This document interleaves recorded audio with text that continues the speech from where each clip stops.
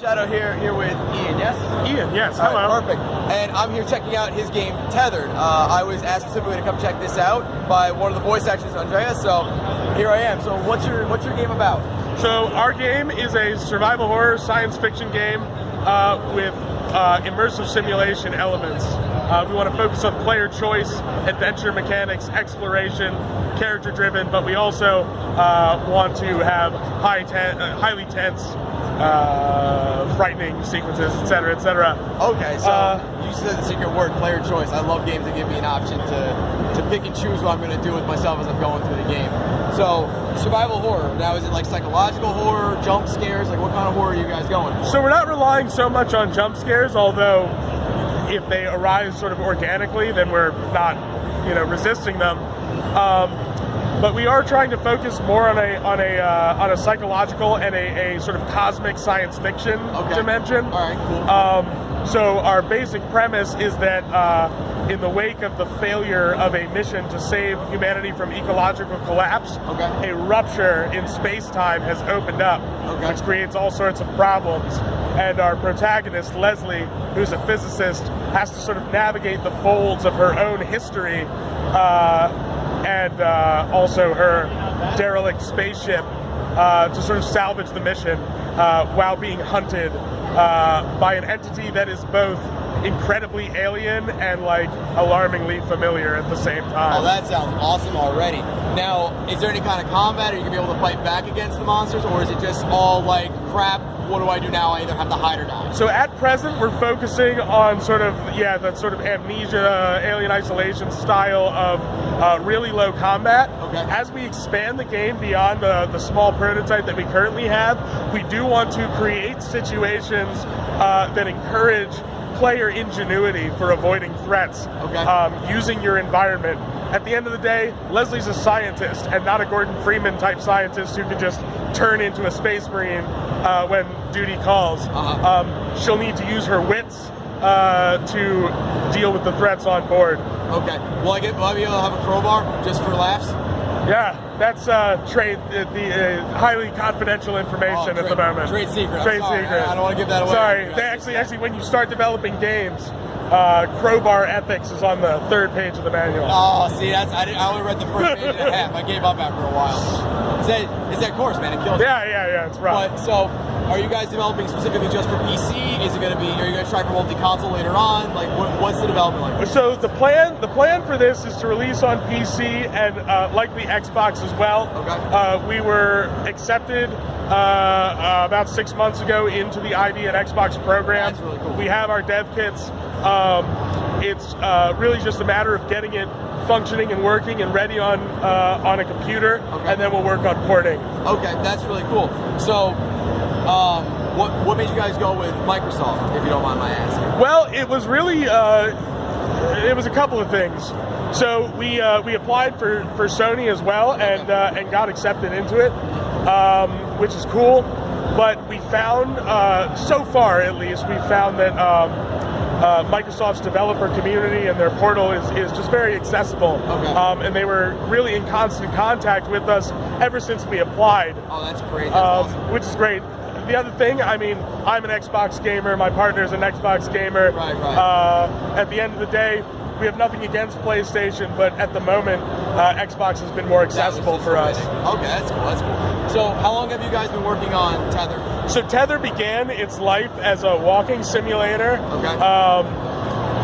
I guess technically it began its life 2 years ago. But really serious production has been going on for about 12 months. In that time, we spent about 6 months developing a walking simulator, and then decided that we wanted to expand the design a bit. So since July, roughly another 6 months, we've been working on developing this more survival horror oriented approach. Okay, cool.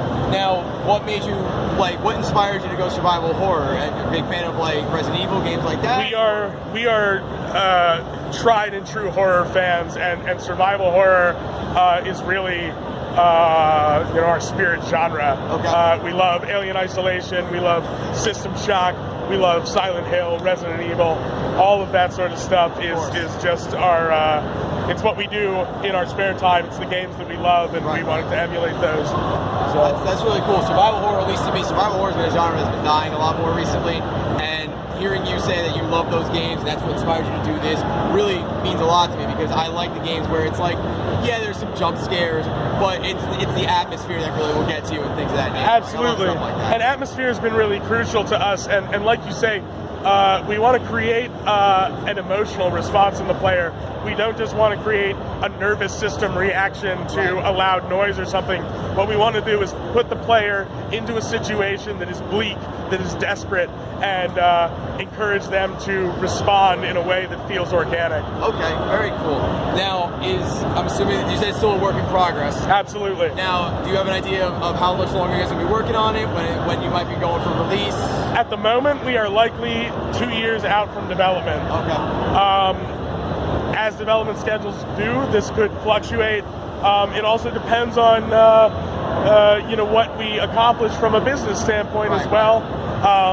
We've been in some low-key talks with potential partnerships with publishers and distributors. All of that affects the resources and infrastructure of our company, and it can affect development times as well. Of course. And I myself am not a game dev. I don't have the patience at all. It requires a lot. I give you guys a lot of credit for that, but I have friends who are small indie guys, like 1-2 small little fan games here and there. I give you guys so much credit because it's not an easy thing to do. Thank you so much. So I'm very excited to hear that this game is going to be out in a couple of years, and you guys, it's a labor of love for you guys, obviously, and that you guys are putting as much effort into it that you guys are putting into it. Now, I lost my train of thought on the question. I'm very sorry. Keep going. So the game itself is survival horror, psychological. That's great. Now, is there going to be a secondary character you can play as, a new game plus idea, anything of that nature? Or so, at this point, it's a little bit too early in the design to speak to that sort of thing. But as far as secondary playable characters, that's not really on the menu. We want to create the experience of being Leslie, and we don't want to tear the character out of that space. Of course.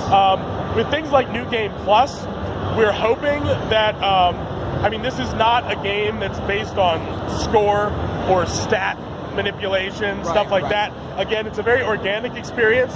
So what we hope is that we provide enough organic pathways and enough incentive to uncover the mysteries on board the Sun that it encourages multiple playthroughs in that way. Now, will there be slight branching paths, hidden secrets, things of that nature, or is it going to be mostly a linear experience? So we are focusing on non-linearity, actually. This is part of the player choice. And this manifests in a couple of different ways. There are branching storylines, although we're focusing on making them compact rather than sprawling, focusing on the meaningful nature and content of the choices rather than the number of choices in these branching pathways.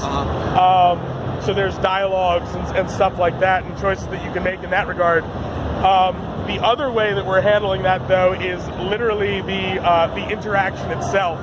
There's always more than one way to tackle a problem. So whether it's figuring out a way to get through a door, or figuring out a way to get around some sort of threat,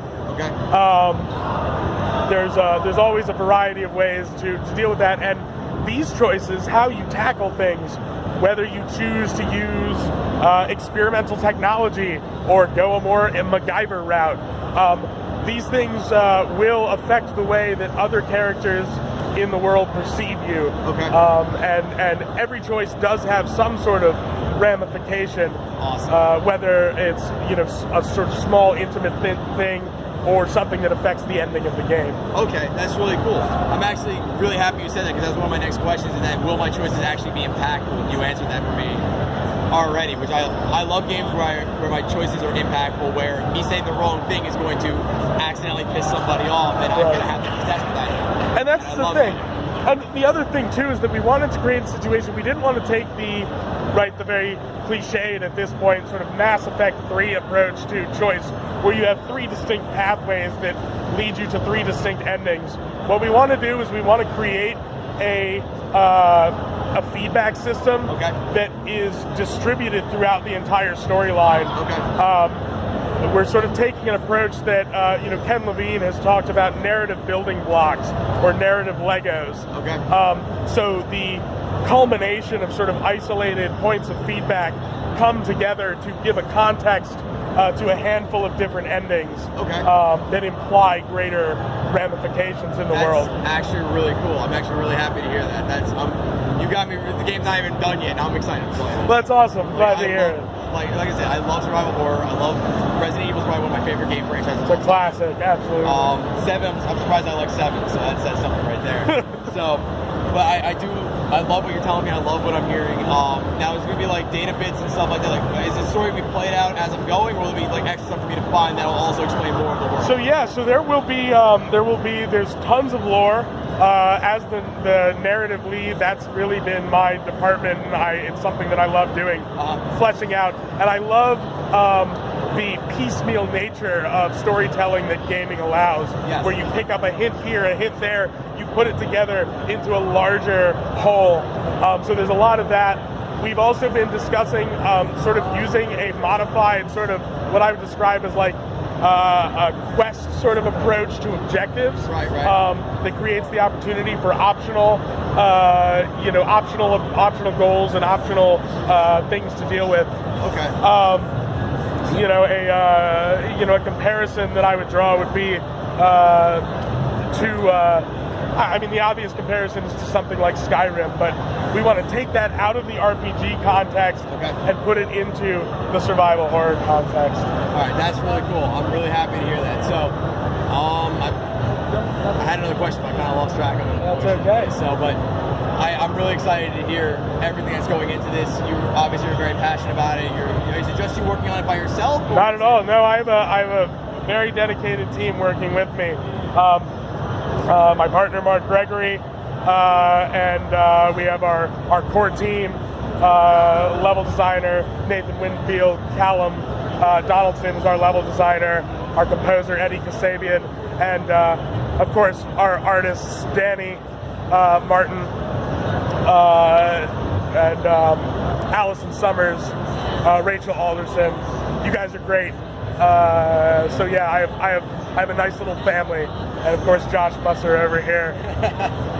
Every group needs one. Yeah, and to be honest, I am but a part of a greater machine. I couldn't do it without those guys. Of course, and I'm very happy to see that indie developers are getting a lot more clout and a lot more recognition than you guys used to get. Because there used to be a time where you're an indie dev, cool, DMCA takedowns, buried underneath bigger games, things like that. And I've recently gotten more into the indie market because a lot of people that I've met recently have been telling me more to get into it. They've shown me a lot of games that are not exactly AAA titles, but in all honesty should be AAA titles with the amount of work and effort put into it.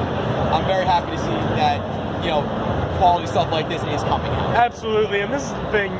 I think it's easy. I mean, even as somebody getting into it, you have this perception that maybe these smaller productions are somehow easier or less labor intensive.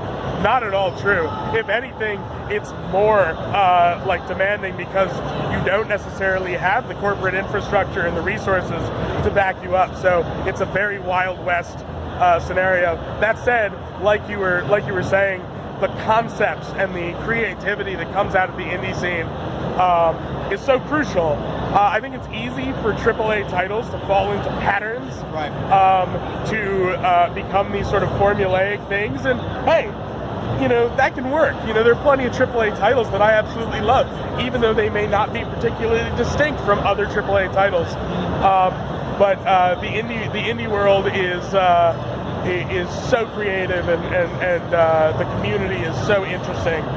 It's been a real privilege to be a part of it. All right, well, the game is called Tether, guys. It's coming to Xbox and PC, yes? That's the plan. That's the plan for it. It's still in development as of right now, but I'll definitely be keeping an eye on it, no question, because you said pretty much like everything I've been looking for in a survival horror game is right there. I'm very appreciative of that. Fantastic. So, Ian, thank you very much for your time. Thank you. I greatly appreciate it, all right? Catch you guys next time. See ya.